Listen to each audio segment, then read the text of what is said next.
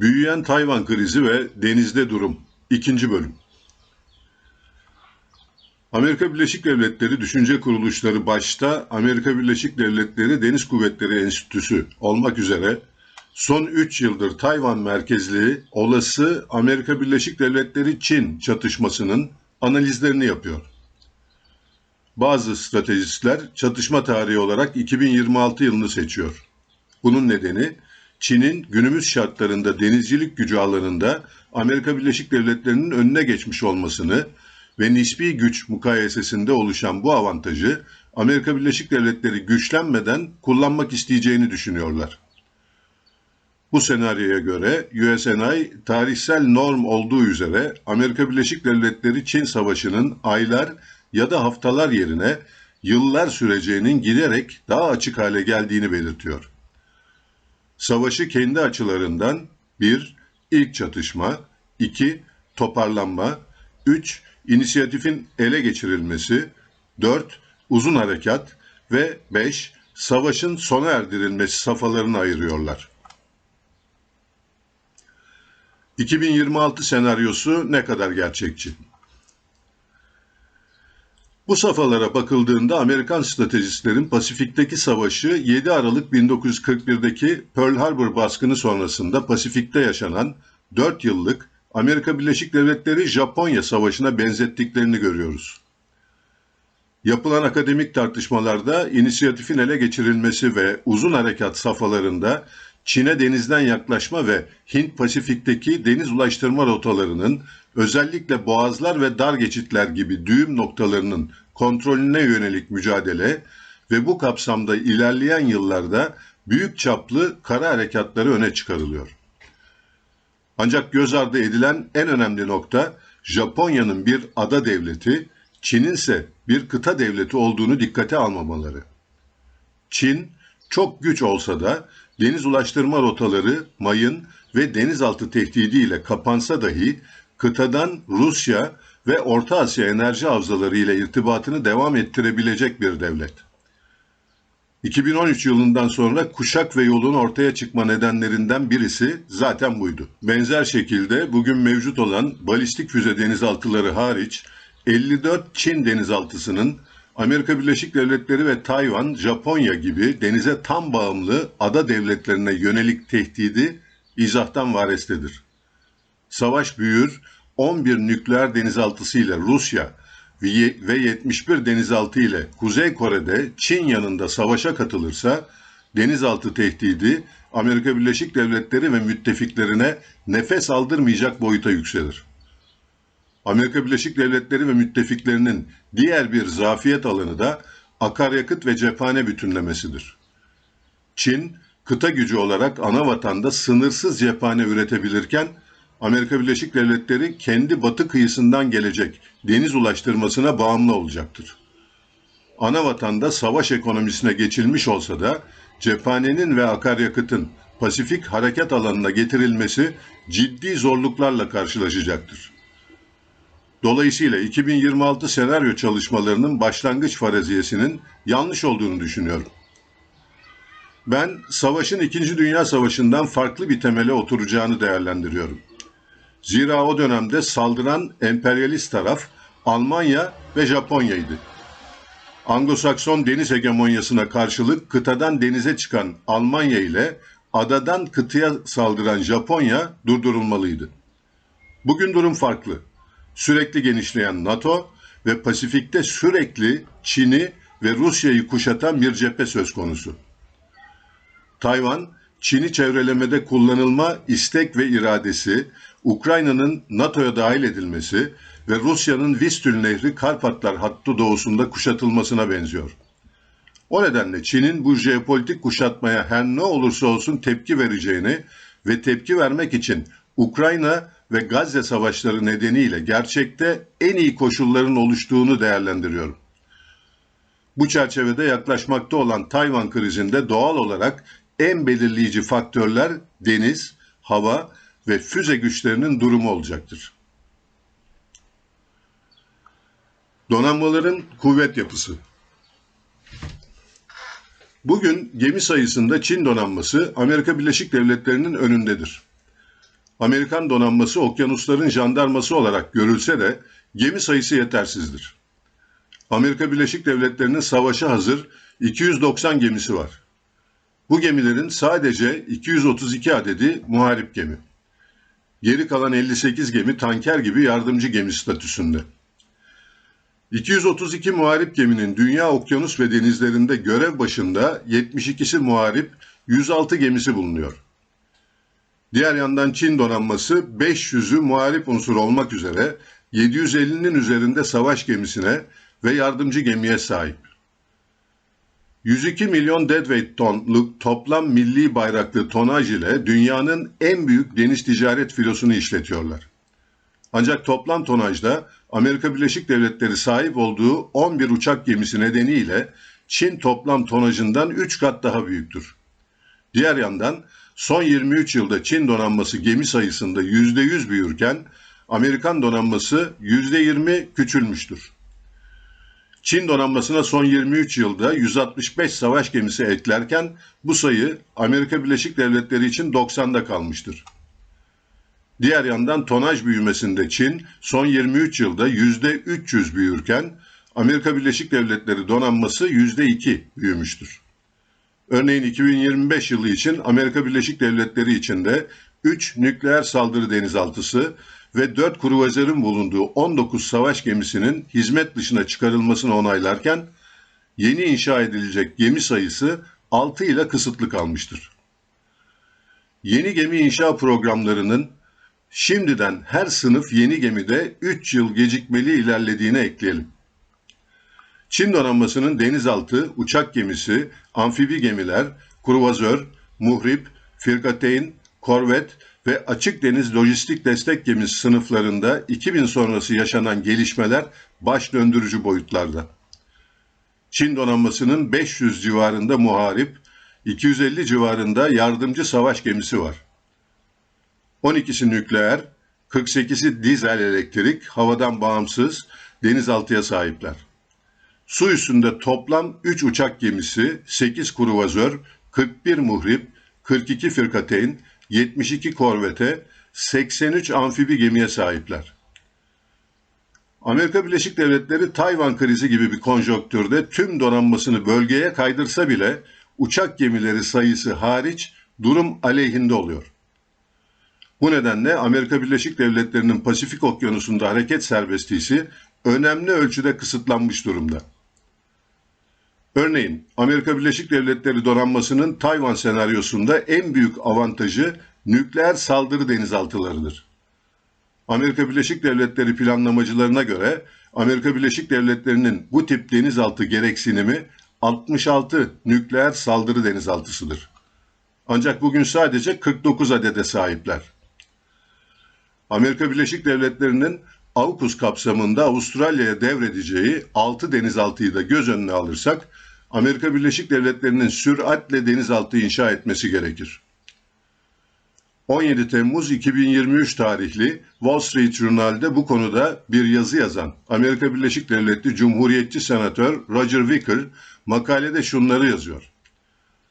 AUKUS kapsamında Avustralya'ya verilen taahhüdü yerine getirmek ve kendi denizaltı filomuzu küçültmemek için Amerika Birleşik Devletleri'nin yılda 2,3 ila 2,5 saldırı denizaltısı üretmesi gerekecektir. Bugün bu değer yılda 1,2'dir. Diğer yandan Amerika Birleşik Devletleri gibi Çin'in deniz gücü sadece donanma unsurlarından oluşmuyor.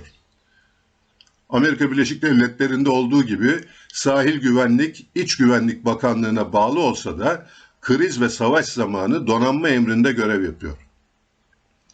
Halen Çin Sahil Güvenlik Komutanlığı 500 ton üzerinde 225 gemiye sahip. Çin ayrıca dünya üzerinde deniz milislerine sahip nadir ülkelerden birisi. Milisler donanma gücünün ayrılmaz parçası olarak gerek kriz gerekse tırmanma zamanı kullanılabilecek ateşli silahlar dışında donanım, personel ve disipline sahip. Çin'de 500 bin civarında balıkçı teknesi mevcut. Milis amaçlı kullanılabilecek tekne sayısının 250 bin civarında olduğu değerlendiriliyor. Bölgedeki deniz üsleri.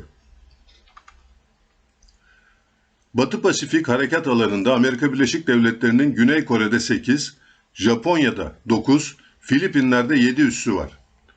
Japonya Yokosuka'da, Okinawa Sasebo'da, Güney Kore'de Busan'da ve Guam adasında daimi deniz üsleri var. Amerika Birleşik Devletleri müttefiki Tayvan'da 3 ayrı deniz üssüne sahip. Singapur Setimbawang'da da İngilizler deniz üssüne sahip. Çin'in Qingdao'da Kuzey Donanması, Ningbo'da Doğu Donanması, Zhejiang'da Güney Donanması konuşlanmış durumda. Ayrıca Hainan Adası'nda Yulin deniz üssü var. Çin'in bu üsler dışında Güney Çin Denizi'nde Fiery Cross Reef, Mischief Reef, Sobi Reef ile Woody Adası'nda ileri deniz üsleri mevcut. Oyun değiştiriciler. 21. yüzyılda karşı karşıya kaldığımız yeni jeopolitik, ekonomik ve teknolojik konjonktür, Çin deniz kuvvetlerinin yükselişiyle Amerika Birleşik Devletleri deniz gücünün Batı Pasifik'teki mutlak hakimiyetini artık ortadan kaldırmış ya da en azından ciddi şekilde sorgulayan bir safhaya getirmiş durumda. Bu durumun teknolojik seviyede 3 nedeni var. Birincisi, Çin'in başta hipersonik füzeler olmak üzere füze teknolojilerinde sağladığı açık ara üstünlük. İkincisi, sahip olduğu büyük denizaltı filosu. Denizaltı dünyasında henüz akustik enerji yerine geçecek yeni bir tespit ve teşhis aracının bulunamaması ve sualtının geçmiş dünya savaşlarında yaşandığı üzere her seviyede stratejik üstünlüğünü koruyor olması avantaj sağlıyor. Üçüncüsü de Çin'in gemi inşa, deniz lojistiği ve savunma sanayiinde kendi kendine tamamen yetiyor olmasıdır. Çin füzeleri. Çin Silahlı Kuvvetleri Soğuk Savaş'ın bitiminden sonra yaşanan 1. Körfez Savaşı'nda dünya sahnesine giren Tomahawk füzelerinden etkilendi. Amerikan askeri üstünlüğü karşısında ateş gücü ve manevra açığını kapamak için füze teknolojilerine büyük yatırım yaptı. Bugün için Çin'in balistik, gezgin, güdümlü ve hipersonik füze gücü oyun değiştirici özelliklere sahiptir. Amerika Birleşik Devletleri uçak gemilerini batırabilecek ve bölgenin hava ve denizine hakim olma fırsatını engelleyebilecek 850 ila 1870 kilometrelik kısa, orta ve uzun menzilli balistik füzelerden oluşan büyük bir cephaneliğe sahipler. Bunların içinde şüphesiz en önemlisi hipersonik füzeler. DF-17 ve DF-26 füzeleri halen en büyük tehdit olmaya devam ediyor. Balistik füze teknolojisiyle fırlatılan bu füzelerin en büyük özelliği süratleri. Zamanı geldiğinde ana füzeden ayrılan ve süzülerek hedefe kilitlenen DF-17'nin 8 imha füzesinin en yavaşı 5 Mach. Yani saniyede 1 deniz mili hıza erişiyor. Sorun, bu füzeleri takip edecek ve imha edilmelerini sağlayacak atış kontrol ve imha sisteminin mevcut olmayışı. Bu durum, 2500 kilometre menzilli olan DF-17 veya diğer hipersonik balistik gezginci füzelerin menzili içinde özellikle Amerikan uçak gemisi gruplarının hareket etme serbestliğini ortadan kaldırıyor. Halbuki Amerikan deniz gücünün temeli uçak gemisi darbe gruplarına dayanıyordu. Bu gelişmeler Amerika Birleşik Devletleri donanmasında çok pahalı uçak gemisi yerine daha ucuz ve daha az stratejik kayıp oluşturacak platformların kullanılması tartışmalarını çoktan başlattı. Diğer yandan DF-26'nın özelliği de 5000 kilometrelik uzun menzili. Çin ana karasından atılarak Guam'a erişen bu füzeye Çinliler Guam Express adını takmışlar. Amerika Birleşik Devletleri için diğer bir sorun da hava savunmasında yaşanan zorluklar. Soğuk Savaş sonrası Amerikan donanması Orta Doğu'daki savaşlarda karşı ateşle hiç karşılaşmadı. Arzu ettiği yer ve zamanda Tomahawk füzelerini ve SİHA'larını sınırsızca kullandı. Ancak şimdi durum farklı. Son 30 yılda su üstü gemilerine karşı kullanılan her tip füzenin sayıları, menzilleri, hassasiyetleri ve de hızları gelişti. Yemen'de devleti bile olmayan Husiler, Amerikan donanmasını Çin ve İran yapısı silahlarla hedef alabiliyor. Bu tehdide karşı Amerikan donanması hava savunma füzeleriyle kendini ve çevresindeki gemileri koruyor. Ancak bu füzelerin de bir kapasitesi var. Hızla tükeniyor ve bütünlenmeleri gerekiyor. Amerikan savunma sanayi kapasitesi Yemen'de bile yeterli olamıyor. Diğer yandan Yemen'de kara içinde dağınık halde tutulan gemiye karşı füzeler ile SİHA'ların bulunduğu korumalı alanların imhası için gemiden atılan Tomahawk gibi tipi füzeleri kullanıyor. CENTCOM komutanı Orgeneral Michael Kurilla'ya göre bölgedeki Amerikan savaş gemileri bir günde 2023 yılında Amerikan donanmasının tedarik ettiği toplam Tomahawk füze sayısına eşit miktarda füze harcamış. Amerika Birleşik Devletleri, Çin ana karasını ve stratejik hedefleri vurmak üzere bölgeye intikal ettireceği uçak gemilerini, bu gemilerin maruz kalacağı füze ve denizaltı tehdidi nedeniyle kullanmakta kısıtlanacaktır. O nedenle bu açığı füzelerle tamamlamak zorunda kalacaktır. Guam Adası'nda bulunan 3000 kilometre menzilli Dark Eagle füzeleri Çin ana karasına erişmektedir. Bu füzelerin dışında Amerikan denizaltılarında muhriplerinde kullanılan Tomahawk füzeleriyle Japonya, Güney Kore ve Filipinler topraklarına konuşlandırılmasına izin verdiği takdirde 500 kilometre üzeri menzile sahip füzeler de kullanılabilecektir. Örneğin uzun menzilli gerek Tomahawk gerekse SM-6 füzelerini kullanabilen Amerikan Typhoon sistemi 2024 Nisan ayı içinde Filipinler'de yapılan bir tatbikatta kuzeydeki Luzon adasında kullanıldı ve bu durum Çin'i son derece rahatsız etti. Tayvan'da 2000 kilometre menzilli füzelere sahip ve 2024 yılında bu füzelerden çok sayıda üretti. Japonya 2023 yılında Amerika Birleşik Devletleri'nden 400 Tomahawk füzesi tedarik sürecini başlattı. 2025 yılında siparişlerin tamamlanacağı medyada yer aldı. Filipinler'de Hindistan yapımı BrahMos füzeleri tedarik sürecini başlattı. Amerikalıların lojistik bütünleme kabusu. Batı Pasifik harekat alanında mesafelerin Amerikan üslerine ve ana karasına uzaklığı ve dev bir kıta gücü olan Çin ana karasına yakınlığı karşısında büyük bir sınama. Zira hızla tırmanışa geçecek bir senaryoda bölgeye yakıt, cephane ve insan gücünün intikali Avrupa cephesi gibi kolay olmayacak. Zira ihtiyaç duyulan akaryakıt ve cephane ihtiyacı devasa boyutlarda olacak. Örneğin 2. Dünya Savaşı'nda Pasifik Donanması Komutanı Oramiral Halsey, Ocak 1945'te Japon gemilerine karşı bir tarama yapmak üzere 111 gemiyle Güney Çin Denizi'ne girdiğinde emrindeki savaş gemileri 2 haftada 1,5 milyon varil akaryakıt tüketti. Söz konusu miktar günümüzün Amerikan donanmasının 30 bin tonluk Kaiser sınıfı açık deniz destek gemileriyle yaklaşık 9 gemi yüküne eşdeğerdi. 1945 yılında savaş koşullarında Amerika Birleşik Devletleri sadece bir ay içinde Batı Pasifik'te 25 milyon ton yakıt stoklamıştı. Bugün sorun söz konusu stokların savaş başladıktan ve hızla tüketildikten sonra nasıl taşınacağı ve nerede bütünleme yapılacağıdır. Zira tanker sayısı çok azdır. Hem de denizaltı ve hava tehdidi 2. Dünya Savaşı ile kıyaslanamayacak düzeyde artmıştır. Diğer yandan Amerika Birleşik Devletleri'nin üslere ve müttefiklere deniz köprüsü kurarak lojistik destek sağlayabilecek gemilerinin sayısı bugün 85 civarındadır. Çin için bu sayı 5500 gemidir. Stratejik ve taktik durumsal farkındalık. Günümüz savaşlarının en önemli kuvvet çarpanı durumsal farkındalığa sahip olmak. İkinci Dünya Savaşı'nda Pasifik gibi bir harekat alanında bunu sağlamak imkansıza yakındı. Pek çok deniz ve hava savaşı tesadüfler sonucu yaşanmıştı. Bugün durum çok farklı. Uydu teknolojileri, radar, muhabere, elektronik harp sistemleri ve suni zeka sayesinde her seviyede durumsal farkındalık artık elde edilebiliyor.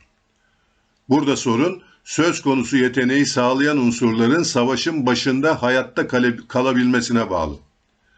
Amerika Birleşik Devletleri, Çin'in Amerikan uydularını yok etme yeteneğinden büyük endişe duyuyor. 2024 Mart ayında Amerika Birleşik Devletleri Uzay Kuvvetleri Komutanı General Chen Saltzman, Çin'in dünya çapında Amerika Birleşik Devletleri uydularını ve sensör sistemlerini tehdit eden 470'ten fazla İSR, istihbarat, gözetleme ve keşif uydusunu konuşlandırdığını söylemişti. Çin'in savaş zamanında rakip devletlerin uydularının kontrolünü ele geçirmek için gelişmiş siber silahlar ürettiği de biliniyor. Örneğin 2022 yılında bir Çin uydusu başka bir uyduyu yakalayıp yörüngeden çıkarmıştı. Çin aynı zamanda Amerika Birleşik Devletleri'nin uzaya erişimini engellemek için elektronik savaş sistemleri ve lazer gibi yönlendirilmiş enerji silahları da geliştiriyor. Sonuç: Dünya Amerikan yüzyılı sona ererken yeni kriz alanları yaratılan kaçınılmaz bir geri çekilme ile karşı karşıyadır. Geri çekilmenin ilk krizi Ukrayna'da yaratılmıştır. Geri çekilmenin nasıl sonuçlanacağı belirsizdir. Rusya'nın Amerika Birleşik Devletleri NATO desteğindeki Ukrayna karşısında başarı kazanması seçim döneminde neokonların kontrolündeki Biden için kabul edilemez bir durumdur. Amerika Birleşik Devletleri'nin jeopolitik seviyedeki egosu gerekirse NATO'yu savaşa doğrudan muhatap etmeyi düşünebilir. Böyle bir durumda Çin, Tayvan'la kısa zamanda birleşir.